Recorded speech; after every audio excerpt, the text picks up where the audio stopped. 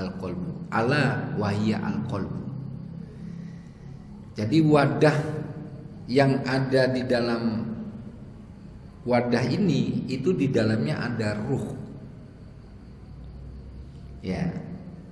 Ketika ruh yang dari Allah ditiupkan ke dalam jasad kita sehingga bergerak jasad kita itu ruh. Ya. Ruh, ya. Nah, ketika ruh tiupan dari Allah menyatu di dalam tubuh, ditaruh di dalam wadah yang namanya kolbu, kan kolbunya hidup jadinya. Gitu. Ya, Pak. Ya. Maka ketika menyatunya ruh dengan kolbu, maka dinamakan nafas. Ya. Maka dia bisa bergerak. Bahasanya tanafasa, nafasa. Bernafas bahasa kitanya itu.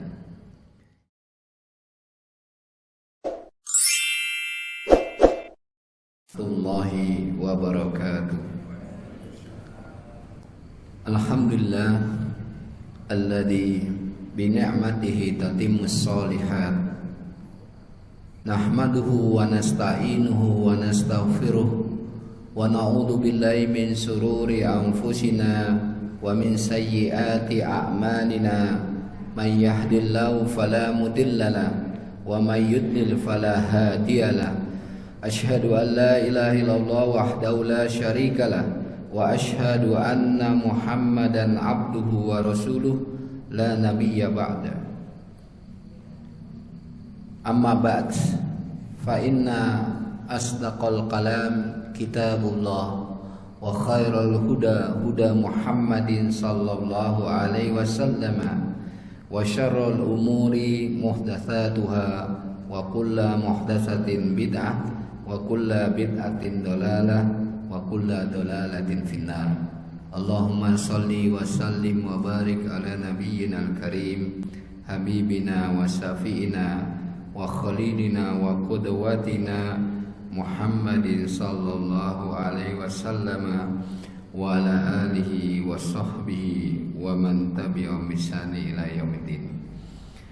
Jamaah yang dimuliakan oleh Allah Subhanahu wa taala, tidak henti-hentinya kita senantiasa panjatkan syukur kehadirat Allah Subhanahu wa taala yang telah banyak memberikan nikmat di dalam kehidupan kita.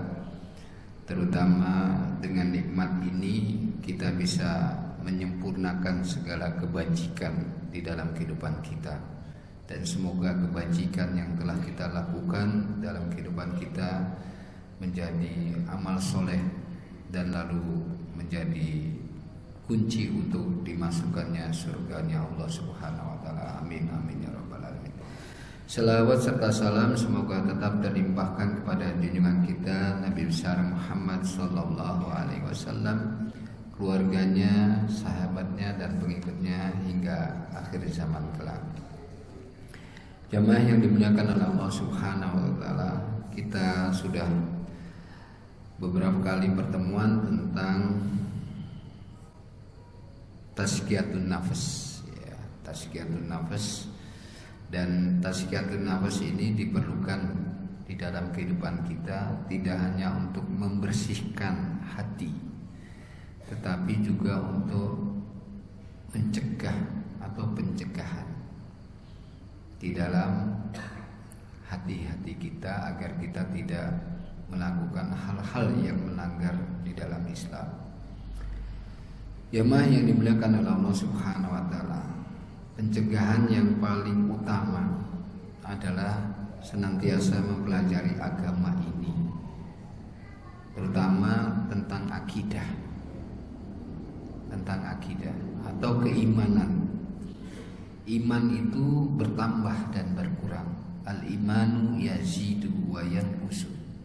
Yazidu bi ta'ah. Ya, bertambahnya iman itu dengan ketaatan. Dan berkurangnya iman itu dengan kemaksiatan. Wa yanqusu bil ma'asi. Iman itu tidak hanya bertambah dan berkurang, tetapi juga punya penguat dan pelemahnya. Wa yaqwa bil ilmi. pada malam hari ini kita mencoba bagaimana memahami agama ya, untuk menguatkan iman kita. Wa yud'ifu bil jahli, dan melemahnya iman itu dengan keengganan, kejahilan, ketidakmauan belajar ilmu agama. Jemaah yang dimuliakan oleh Allah Subhanahu wa taala, ketika kita memahami ayat-ayat tentang qad aflaha man zakkaha, ya, sungguh beruntung orang yang membersihkan, wa qad khaba man dassaha, dan sungguh merugi orang yang mengotori ya, jiwa itu.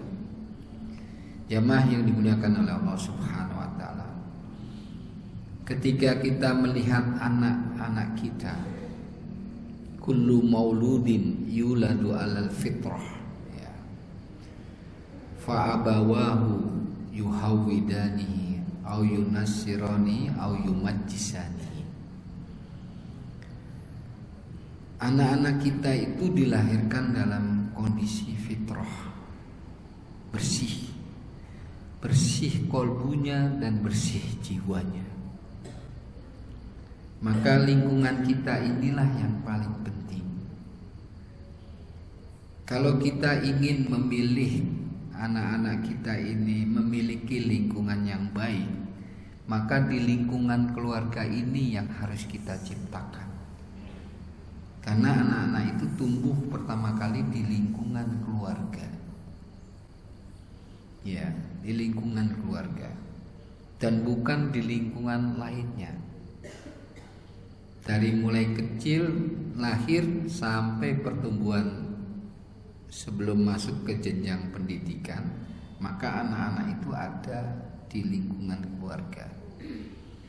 Maka lingkungan kita inilah yang harus kita perbaiki, lingkungan keluarga. Setelah itu lingkungan masyarakat kita. Maka lingkungan masyarakat kita juga harus kita perhatikan ya. Terutama lingkungan masyarakat yang ada di lingkungan masjid. Kita harus membawa anak-anak kita ke masjid. Jangan membiarkan mereka bermain di lingkungan tempat lain. Ini menjadi penting ya. Yang berikutnya, kita juga memahami bahwa mengingat setelah kehidupan ya, setelah kehidupan ini adalah ada kematian. Kematian itu tanpa memberitahu siapa yang dahulu dan siapa yang akhir. Bukan orang yang sakit di rumah sakit yang akan dahulu dipanggil oleh Allah. Bisa jadi orang yang di rumah sakit itu justru lebih lama. Kita tidak tahu ya. Jamaah yang dimuliakan oleh Allah Subhanahu wa taala, maka ada kaidah yang ketujuh ya, yang disebutkan di dalam kitabnya Syekh Profesor Dr.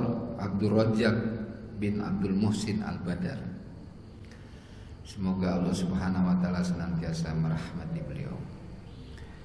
Yang ketujuh, beliau katakan sebagaimana dalam firman Allah Subhanahu wa taala, Allah menyatakan, ya ayyuhalladzina amanu. Kalau ada informasi ayat atau firman-Nya Allah yang berkaitan dengan orang-orang beriman, berarti informasi ini penting. Berarti informasi ini berbobot, seperti perintah puasa, seperti perintah sholat, seperti perintah memahami yang gaib ya. Jamaah yang dimuliakan oleh Allah Subhanahu wa taala, ya ayyuhalladzina amanu taqullaha wal tandum nafsu ma qaddamat ligat wattaqullaha innallaha khabirum bima ta'malun. Ayat ini biasanya dibawakan ketika pergantian tahun. Pergantian tahun Hijriah.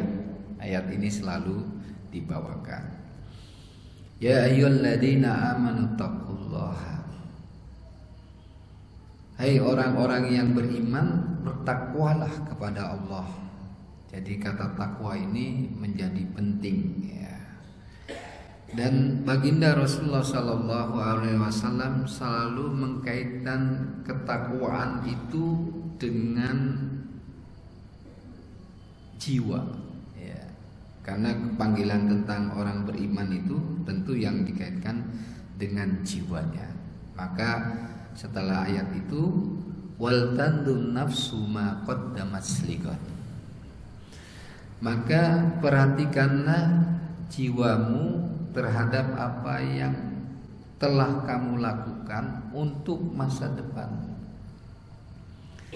Jamaah yang dimuliakan oleh Allah Subhanahu wa taala. Di dalam ayat ini ada mufassir menyatakan bahwa masa depan kita itu adalah akhirat. Akhirat, bukan dunia. Masa depan kita itu adalah akhirat kita. Ya. Ini yang menjadi titik tekan ketika kita mau tazkiyatun nafas, ya, membersihkan jiwa kita. Tazkiyatun nafas sudah menjadi ilmu, ya, ilmu tentang menjaga jiwa. Esensi tazkiyatun nafas itu adalah menjaga jiwa. Sama dengan kaidah syariat ini adalah hibdun nafas, ya, menjaga jiwa ya. Jadi tazkiyatun nafas itu adalah ilmu yang mempelajari tentang menjaga jiwa dan membersihkan ya. Yang pertama menjaga, termasuk tadi anak-anak kita ya. Anak-anak kita bawa ke masjid, itu bagian dari menjaga jiwa anak-anak kita. Lalu baginda Rasulullah SAW dalam hadis yang sahih yang dibawakan oleh Ibnu Majah ya, dan dihasankan oleh Syekh Albani rahimahullah taala rahmatan wasiatan, Nabi Shallallahu Alaihi Wasallam menyatakan akhfiru dzikra hadamal ladat. Yakni yang dimaksud dengan hadamal ladat adalah al-maut ya, al-maut yaitu kematian. Nabi SAW menyatakan perbanyaklah ingat tentang kematian ya. Ya. Maka itu ketika innallaha khalaqal mauta wal hayata liyabluwakum ayyukum ahsanu amala. Jamaah yang dimuliakan oleh Allah Subhanahu wa taala, sungguh bahwa agama ini mengajarkan kita untuk menatap masa depan ya.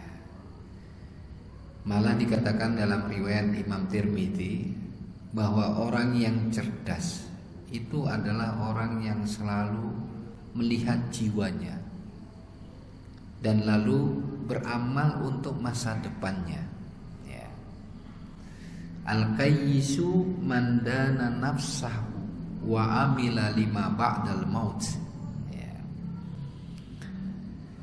Nabi SAW menyatakan bahwa orang yang cerdas, al-qayyis ya, orang yang cerdas ya. Orang yang cerdas itu nanti kita lihat orang yang menggunakan akal. Di dalam kitabnya Al-Imam Al-Hafiz Abi Hatim Muhammad Ibni Hibban Al-Busti rahimahullah ta'ala rahmatan wasiatan, yang beliau hidup di tahun 200 sampai 300 Hijriah. Dalam kitabnya Rodotul Uqala ya, taman orang-orang yang berakal ya. Jadi orang yang berakal atau orang yang cerdas itu orang yang selalu menggunakan akalnya. Bagaimana akal itu? Agar kita tahu bahwa jiwa kita juga dikaitkan dengan akal ya. Dikatakan dalam kitab beliau halaman 89, wal aqlu ismun ya. orang yang memiliki akal itu atau akal itu adalah sebuah nama, identitas. Yaqa'u, ya, yang menunjukkan, ya, alal ma'rifati bisulukis sawabi, ya, yang menunjukkan atas pengetahuan, ya, pengetahuan tentang apa? Bisulukis sawabi, pengetahuan tentang perilaku yang benar. Kalau yang benar itu Al-Quran dan hadis Nabi selalu benar. Al-haqqu mir rabbika fala takunanna minal mumtarin. Jadi orang yang belajar membaca Al-Quran dengan baik, ya, lalu menghafalnya, lalu sampai mengamalkan Al-Quran itu, berarti orang itu masuk bagian kriteria yang pertama, orang yang berakal. Yang kriteria kedua dikatakan akal seseorang tidak akan lengkap kalau cuma tahu yang dia berbuat akhirnya benar. Yang kedua, wal ilmi bistinabil khata'i. Lalu dengan pengetahuan itu dia juga punya ilmu. Ilmu itu berarti yang menjadikan dia mantap. Ya. Ilmu itu yang mengantarkan dia mantap untuk apa? Bistinabi khoto'i. Dengan ilmu itu dia bisa menjauhi hal-hal yang salah. Ya. Jamaah yang dimuliakan oleh Allah Subhanahu wa taala. Contoh saja ketika Al-Qur'an menjelaskan, ketika itu para sahabat menanyakan tentang haid. Yas'alunaka 'anil mahid. Asbabun nuzul ayat ini, para sahabat bertanya pada baginda Rasulullah sallallahu alaihi wasallam. Ini bagaimana wanita-wanita yang haid? Karena perlakuan sebelum kami masuk Islam, wanita yang haid itu harus keluar dari rumah, entah kemana terserah. Coba kalau sekarang diperlakukan seperti itu, anak kita yang baru saja balik, lalu diusir dari rumah, seperti apa perasaan itu? Nangis anak itu. Jamaah yang dimuliakan oleh Allah Subhanahu wa taala, maka Islam melindungi wanita. Wanita yang haid itu tetap di rumahnya, dijaga, dilindungi. Ya, disitulah keutamaan Islam. Islam menjunjung harkat wanita. Sebelum Islam, mereka disuruh keluar. Di dalam budaya orang-orang Yahudi dan Nasara, disuruh keluar. Ya. Jamaah yang dimuliakan oleh Allah Subhanahu wa taala. Sungguh Islam sudah memperhatikan bagaimana berperilaku yang benar dan ilmu yang mengantarkan seseorang itu menjauhi perbuatan yang salah. Inilah pentingnya kita belajar tentang Islam dari para ulama kita. Jemaah yang dimuliakan oleh Allah Subhanahu wa taala. Maka dikatakan apa hakikat, ya, hakikat orang itu dikatakan berakal atau punya akal. Dikatakan di sini wa inna mahabbatal mar'i limakarima minal akhlaq, ya. Bahwasannya kecintaan seseorang pada kemuliaan-kemuliaan akhlak, ya. Maka itu Nabi diutus untuk memuliakan akhlak. Innama bu'istu liutammima makarimal akhlak. Nabi diutus agar akhlak-akhlak manusia itu mulia, baik. Jadi tidak sembarangan. Maka kita yang mau membersihkan hati, memiliki jiwa yang baik, yang bersih, itu maka tunjukkan akhlak yang baik. Akhlak yang baik. Lalu kecintaan itu yang kedua, wa karahiyata safsafiha huwa nafsul aql. Ya. Yang kedua, dia punya rasa benci atau ketidaksukaan terhadap hal akhlak yang tercela. Ya. Jadi kalau kita menjadi orang yang selalu menjaga jiwa kita bersih, suci, maka kita harus menjaga akhlak, perilaku kita terhadap siapapun. Terhadap siapapun. Ini menjadi penting. Dan itulah dua hal itu, kecintaan kepada akhlak yang mulia dan kebencian terhadap akhlak yang tercela, itulah sebenarnya akal pikiran manusia. Jadi kalau ada akal pikiran manusia suka kepada akhlak tercela, itu bukan manusia. Balhum atol. Ya. Bahkan dia lebih sesat daripada manusia, daripada hewan. Jamaah yang dimuliakan oleh Allah Subhanahu wa taala. Dikatakan lagi dalam ayat yang lain bahwa kematian seseorang itu akan menjadi baik, indah jiwanya ketika seseorang itu senantiasa menghadirkan taubatan nasuha, ya, taubat yang selalu dia lakukan dengan memperbanyak amal-amal kebaikan.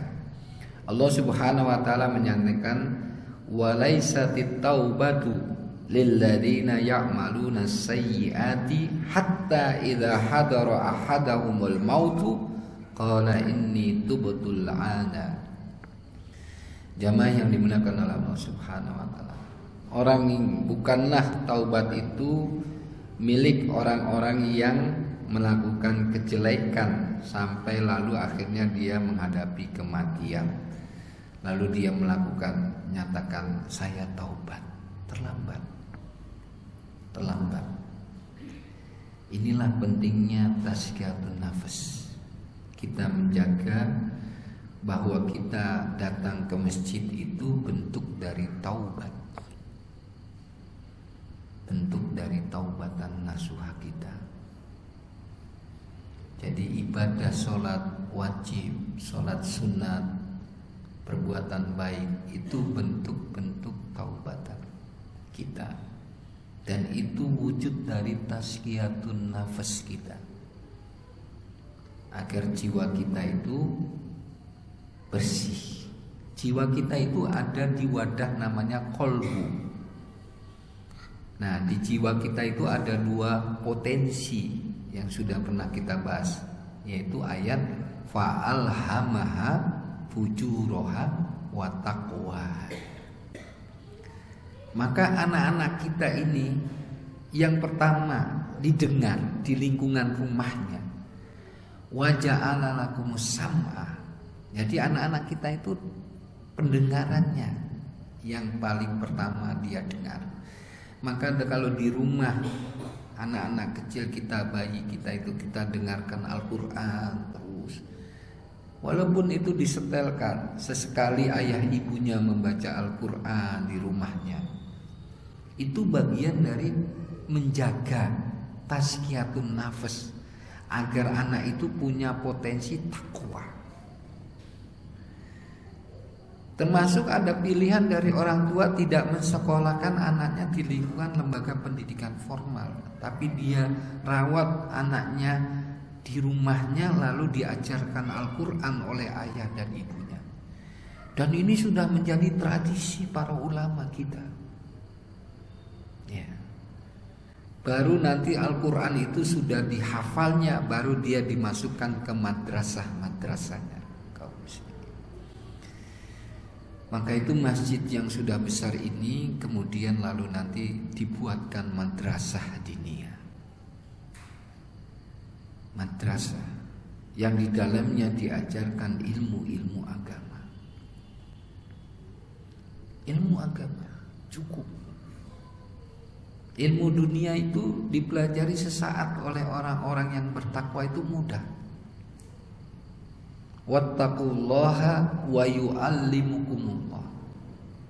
Surat Al-Baqarah ketika terjadi utang piutang dicatat, maka Allah di akhir ayat tentang utang piutang itu menyatakan wattaqullaha wa yu'allimukumullah.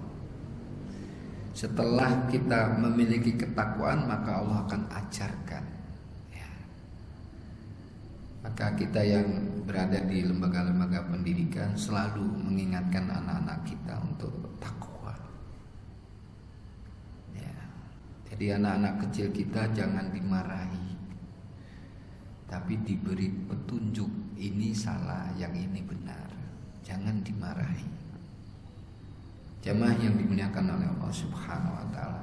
Jangan sampai kita lalu mengesampingkan hal-hal yang sudah diingatkan oleh Al-Quran, bahwa nanti saja kalau sudah tua baru taubat. Iya, kalau sampai taubatnya kita tidak tahu. Jamaah yang dimuliakan oleh Allah Subhanahu wa taala. Ada tafsir yang menjelaskan tentang ayat surat Ar-Rahman. Ada ayat yang berbunyi hal jazaa'ul ihsan illal ihsan. Saya yakin panjenengan yang ada di masjid ini dulu kecilnya mesti rajin sholat, pasti. Karena masih banyak orang-orang yang tidak rajin ke masjid karena dulu kecilnya juga tidak rajin ke masjid. Itu nikmat yang sangat besar, nikmat yang tidak ada tandingannya. Bisa hadir di majelis ilmu, sholat berjamaah, itu nikmat yang paling besar. Alhamdulillah alladzi bi ni'matihi tatimmus sholihat. Jadi ini hadis. Bi ni'matihi tatimmus sholihat. Lafaz alhamdulillah bi ni'matihi tatimmus sholihat. Kalau alhamdulillah tetap kita lafadzkan dalam kondisi kita tidak merasakan adanya nikmat tapi kita menerima ujian, maka lafadznya alhamdulillah ala kulli halin. Itu hadis Nabi juga, lafadz alhamdulillah. Ketika kita menerima musibah, alhamdulillah ala kulli halin. Masih alhamdulillah karena kita masih hidup di dunia. Masih hidup di dunia, masih alhamdulillah. Nah inilah jiwa kita harus kita sama-sama jaga. Jemaah yang dimuliakan oleh Allah Subhanahu wa taala. Ketika seseorang menyatakan bahwa dia telah berpisah dengan antara jasadnya dengan jiwanya, ruhnya, dalam pengertian ruhnya, maka itu kata jiwa selalu dikaitkan dengan ruh. Ketika kita istirahat, karena jiwa itu harus istirahat, nah itu dikaitkan dengan ruh, istirahat kita. Roha, dari kata roha, ruh dari kata roha, maka jiwa harus istirahat. Maka istirahat pun jangan banyak-banyak kecuali kita telah melakukan hal yang payah, lalu kita butuh istirahat yang banyak. Jemaah yang dimuliakan oleh Allah Subhanahu wa taala. Allah Subhanahu wa taala menyatakan, "Qul innal mautal ladzi tafirruna minhu fa innahu mulaqikum." Ya. Jemaah yang dimuliakan oleh Allah Subhanahu wa taala. Dari sinilah kita mengetahui bahwa sesungguhnya kematian itulah yang memisahkan antara jiwa dengan jasad. Ya. Dan lalu jiwa itu kembali kepada Allah Subhanahu wa taala. Maka dari ayat ini tidak ada istilah jiwa gentayangan, itu tidak ada. Atau ruh seseorang yang sudah mati gentayangan, tidak. Ini yang harus kita yakini, dan ini menenangkan jiwa kita. Jangan terganggu. Ya, jiwanya mbahnya datang ke rumah, tidak ada. Tidak ada istilah itu dalam agama kita. Jemaah yang dimuliakan oleh Allah Subhanahu wa taala. Menjadi penting kita juga ketika kita diingatkan oleh Allah bahwa datangnya kematian itu tidak bisa ditunda dan tidak bisa didahulukan. Allah Subhanahu wa taala menyatakan, fa idza jaa ajaluhum la yastakhiruna sa'atan wa la yastaqdimuna. Jemaah yang dimuliakan oleh Allah Subhanahu wa taala. Dan kondisi ya ketika seseorang berpisah atau diingatkan oleh kematian, maka kalbu kita itu sebenarnya dalam kondisi takut, ya. Kondisi takut. Maka itu kita harus sering melihat apakah amal yang kita lakukan itu sudah nanti mencukupi kehidupan akhirat kita. Maka itu setiap pagi Nabi selalu mendoakan, Allahumma inna nas'aluka ilman nafi'a wa rizqan wasi'a wa amalan mutaqabbala. Setiap pagi pada sholat subuh, Allahumma inna nas'aluka ilman nafi'a wa rizqan wasi'a wa amalan mutaqabbala. Hadis ini ada para ahli hadis yang membawakan bahwa doa ini memang dipraktikkan Nabi ketika pagi ya, pada sholat subuh. Nabi selalu membaca doa ini, termasuk doa ya muqallibal qulub sabbit qalbi ala dinik, ya musarribal qulub sarrif qalbi ala ta'atik. Doa-doa ini para ahli hadis menyatakan, kalaulah Nabi sering mengamalkan di pagi hari, mungkin kita memerlukannya di setiap waktu. Kalau Nabi terjaga, kalau kita tidak bisa terjaga, maka di kaidah yang sebelumnya kita harus memperbanyak doa-doa yang diajarkan Nabi Sallallahu Alaihi Wasallam. Doa-doa yang diajarkan Nabi itu sudah cukup kalau kita pelajari, ya. Jamaah yang dimuliakan oleh Allah Subhanahu wa taala. Amalan-amalan syariat yang saya baca dalam beberapa minggu dalam kitab Rodotul Uqala, syariat Islam itu akan mengantarkan kita menjadi orang yang berakal sehat. Tidak ada syariat Islam yang mengarahkan kita untuk menjadi orang yang bodoh. Tidak ada. Tidak ada. Kalau kita belajari syariat pertama dari kitab Al-Imam Ibnu Hibban ini, ya, beliau menyantumkan kurang lebih 50 bab, ya, 50 bab. 50-an bab yang menjelaskan bahwa seseorang yang pertama adalah menjaga kolbunya dengan takwa. Takwa ini menjadi penggerak agar kolbu kita ini menjalankan syariat. Kalau ada orang-orang yang menyatakan bahwa syariat itu mengerikan, lebih baik kita diam. Jangan mengikuti orang-orang yang berpandangan bahwa syariat itu tidak peri kemanusiaan, tidak memberikan peri kemanusiaan. Tidak. Justru syariat itu menjaga peri kemanusiaan dan peri keadilan. Ya. Buktinya negara-negara yang menjalankan syariat, dia terjaga oleh Allah Subhanahu wa taala. Dijaga oleh Allah Subhanahu wa taala. Jamaah yang dimuliakan oleh Allah Allah Subhanahu wa taala. Dikatakan dalam sebuah riwayat hadis bahwa kematian itu menjadikan ketakutan.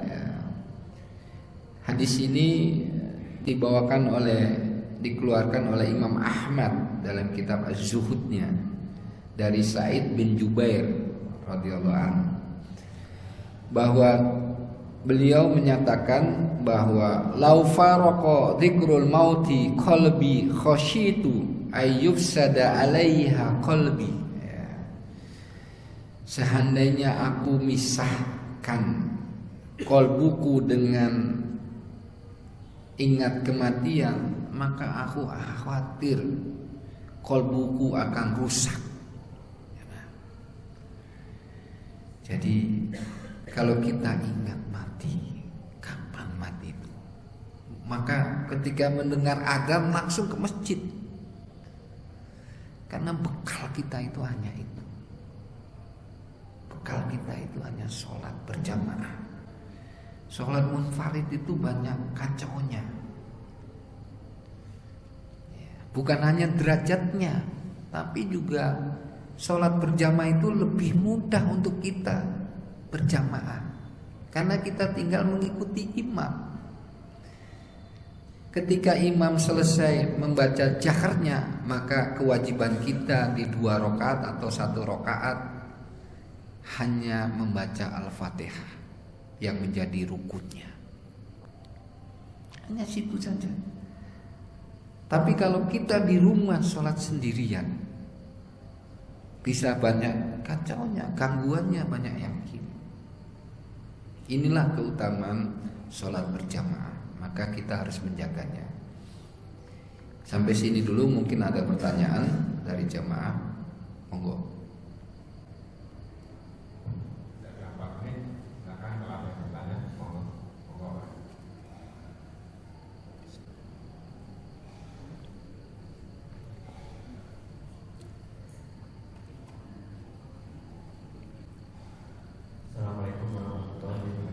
Waalaikumsalam warahmatullahi wabarakatuh. Saya hidupkan tentang akal, karena dan kadang-kadang seringkali antara akal, ada jiwa, ada ruh.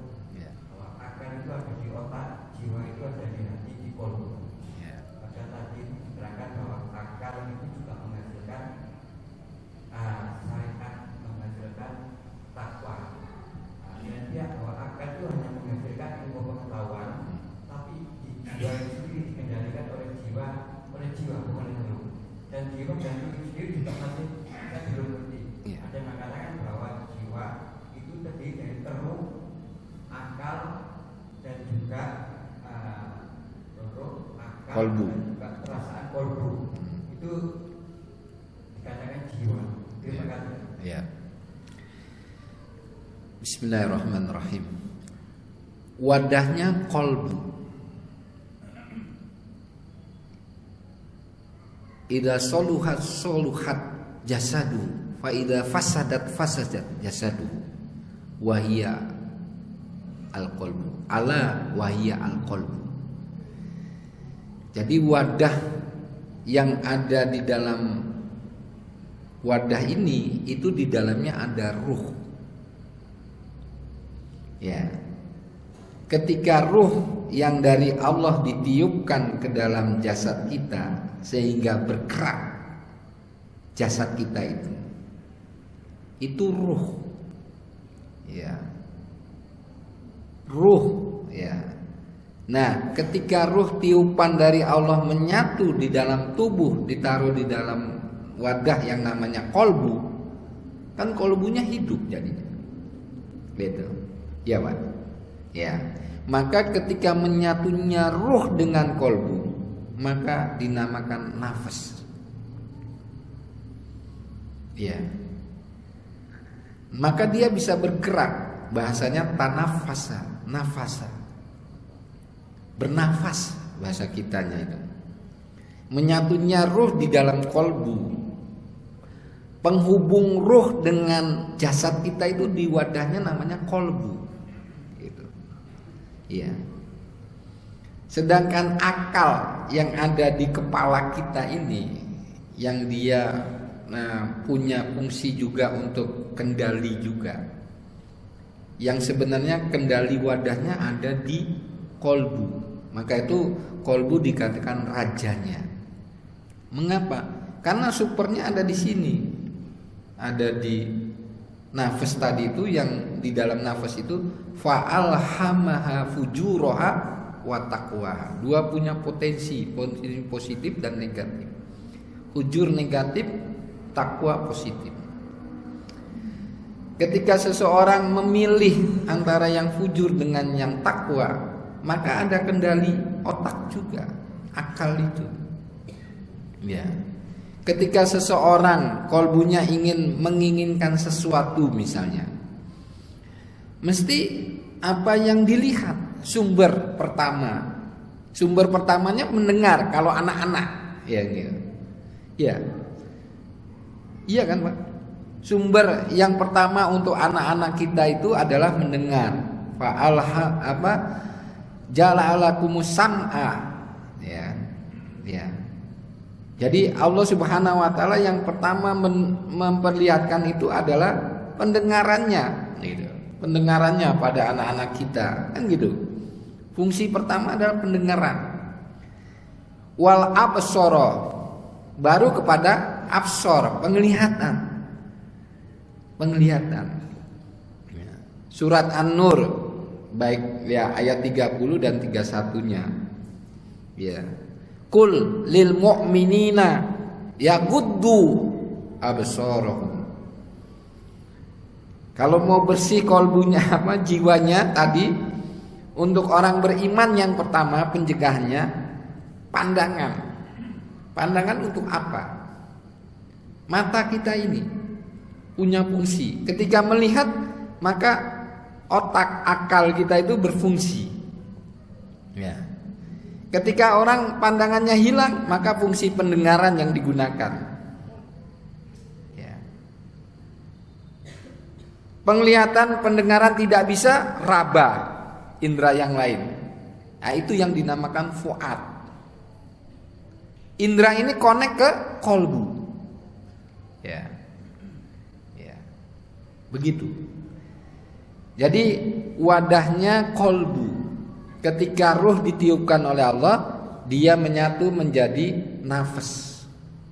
Nafas inilah yang punya dua potensi tadi, fujur dan takwa. Ya. Dikatakan oleh Al-Imam Al-Hafidh Ibnu Hibban di sini di pendahuluannya sebelum masuk kepada agar kita menjaga domir, ya, kolbu kita, dikatakan di sini oleh beliau, qala Abul Hatim radhiyallahu anhu, mujalasatul uqala'i la takhlu min ahadin ma'nainin. Ya, dia katakan ada dua makna. Imma tadakkuru halatil lati yahtajul aqilu ila intibahi laha. Ya. Jadi seseorang itu harus memperhatikan akalnya terhadap apa-apa yang dia perlukan. Untuk akal kita ini apa sih yang perlu kita perlukan? Ilmu agama. Ilmu agama yang paling utama itu. Ya. Ilmu yang mengajarkan tentang jujur itu ada ilmunya manusia. Nabi SAW mengatakan, alaikum bisidqi fa inna sidqa yahdi ilal khair, ilal birri wa innal birra yahdi ilal jannah. Apa ada ilmunya manusia menyatakan seperti itu? Tidak ada. Wa iyyakum bil kadziba, hati-hati dengan dusta. Kan gitu. Wa innal kadziba yahdi ila syarr, karena kedustaan mengantarkan kalian kepada yang jelek. Wa inna syarra yahdi ilan nar. Ya. Lalu dikatakan di sini, au al ifadatu bi syai'in al khatir alladhi yahtaju jahil ila ma'rifatiha. Atau kita juga mengambil manfaat dengan akal itu sesuatu yang akan membahayakan, yang itu biasanya orang jahil mengetahuinya, gitu. Orang jahil mengetahuinya. Dan kecenderungan orang jahil itu selalu mengambil hal-hal yang membahayakan. Bahasa kitanya bondo nekat. Itu orang jahil. Tidak boleh. Tidak boleh. Orang kita berdagang aja kan harus pakai ilmu. Di masa Nabi SAW, ketika Umar menjaga pasar, itu tidak boleh orang jahil masuk pasar berjualan. Jual beli tidak boleh. Harus belajar syariat Islam baru masuk pasar. Maka itu dulu diawasi, Pak. Pasar itu diawasi di masa sahabat. Dan di masa Nabi juga diawasi, dijaga agar terjadi syariat yang benar dalam jual beli. Nah sekarang kacau beliau, kacau balau pasar-pasar kita itu. Maka saya selalu mengingatkan yang berdagang belajar ilmu syariat tentang jual beli, bukan melarang saya. Ya. Kalau dulu Nabi masih boleh, karena Nabi penguasa di wilayah Madinah. Gitu. Jadi untuk menciptakan pasar yang syariat, maka harus belajar dengan syariat. Dan syariat itu mengatur dengan baik. Tidak ada syariat yang membahayakan. Tidak ada. Tidak ada. Harus kita yakini. Gitu tentang akal. Dan akal memberi pertimbangan memang. Tadi dikatakan ma'rifatu bisulukis shawab, kan gitu Pak ya. Pengetahuan dengan perilaku yang benar, kan gitu ya. Yang kedua, wastinabi al-ilmi bistinabi al-khata. Dan dengan ilmu dia menjauhi yang salah, yang khata, yang salah. Berarti kan akal jelas. Maka itu Al-Imam Ibnu Hibban dalam kitab Rodotul Ukala menjelaskan 50 bab itu semuanya syariat Islam. Syariat Islam. Itu. Ini kalau saya baca dalam 2 minggu, 3 minggu itu saya berada di tamannya orang-orang yang berakal. Tamannya orang-orang berakal. Saya tinggalkan dunia akademik saya. Saya justru senang dengan kitab-kitab para ulama tentang zuhud. Ini ulamanya tabi'in, Ibnul Mubarak. Saya tambah senang lagi. Zuhud saya bukan meninggalkan dunia, tapi dunia bukan segala-galanya. Lalu dengan zuhud saya tinggalkan dunia mengajar di perguruan tinggi. Salah. Tidak, saya justru bersemangat. Anak-anak mahasiswa saya suruh lebih bertakwa, lebih bertakwa. Saya tidak butuh kamu pintar, saya butuh kamu berakal yang sesuai dengan syariat Islam. Harus punya adab, sopan santun pada orang tuamu. Seminggu sekali kamu harus ngasih informasi pada orang tuamu. Apa di telepon orang tua kamu atau di pulang kamu. Cium tangan, bersihkan kaki ibumu. Kalau ibumu masih ada. Saya tidak butuh kamu pinter dalam ilmu ini. Saya seminggu selalu mewajibkan mahasiswa hafal hadis. Kalau yang 2, yang 3, 5 hadis bagus. Ada mahasiswa yang rajin 10 hadis. 1 minggu ketemu saya setor 10 hadis. Alhamdulillah. Dari situ saya jelaskan nilai-nilai pendidikan Islam. Gitu. Karena Nabi juga diutus menjadi pendidik di dalam kehidupan umat ini. Gitu. Oke, terima kasih. Kita akhiri dengan doa kafaratul majelis. Subhanakallahumma wa bihamdika asyhadu an la ilaha illa anta astaghfiruka wa atubu ilaik. Assalamualaikum warahmatullahi wabarakatuh.